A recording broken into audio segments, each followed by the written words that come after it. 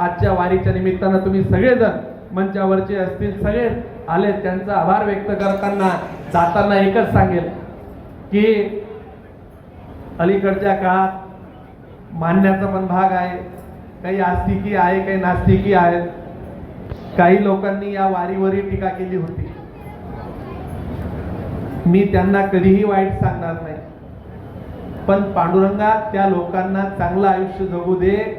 त्यांना या चाळीसगावची मंगेशदादाची वारी 100 वर्ष पाहण्यासाठी त्यांना देखील चांगल्या पद्धतीने सोबती दे, एवढं देखील मी पांडुरंगाला सांगून आज खरं तर त्या लोकांनी जर पाहिलं तर आज मी एकच सांगेल की इथं बघा 12-10 वर्षाच्या आमच्या भगिनी आहे, त्यांच्या तोंडामध्ये मुखात नाम हरिनाम आहे.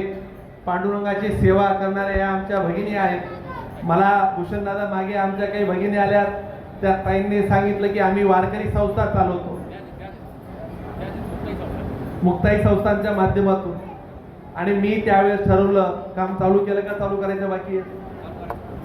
आम्ही या वर्षी ठरवलं की या सगळ्या ज्या संस्थान आहेत इथं असेल किंवा कुठे असेल, दरवर्षी एकदा मी मागे मधल्या काळात एक मोठं वारकरी भवन उभं केलं.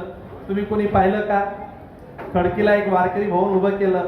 आणि पुन्हा अशा या सगळ्या आमच्या भगिनींसाठी या 4 वर्षामध्ये दरवर्षी यांच्यासाठी राहण्यासाठी एक वारकरी भवनाची मी आज जाहीर करतो की दरवर्षी या वर्षाचं वारकरी भवनाचं काम आम्ही लवकरच चालू करून त्या शाळेमध्ये, मला आमचा रोहन दादा सांगत होता की आमच्या या सगळ्या विद्यार्थिनी आहेत यांच्यासाठी एक स्वतंत्र व्यवस्था की ज्यामध्ये कीर्तनाचे भजनाचे सगळे धडे दिले जातील, ज्या ठिकाणी हरिपाठ नामगजर होऊन तिथली सुरुवात होईल अशा पद्धतीने सगळ्याच ठिकाणी त्यांना राहण्याची व्यवस्था करून देण्यासाठी मी कटिबद्ध राहील. आणि तीच सेवा पांडुरंगाच्या चरणी आज समर्पित करतो. तुमच्या समोर नतमस्तक होऊन पांडुरंगाचे आशीर्वाद घेऊन ही जी वारीची परंपरा आहे की आयुष्यभर मला पांडुरंगाने एवढी ही वारी, माझे दुसरं काही दिलं नाही दिलं तरी चालेल, पण माझ्या हातून माझ्या या वारकरी मायबापाची सेवा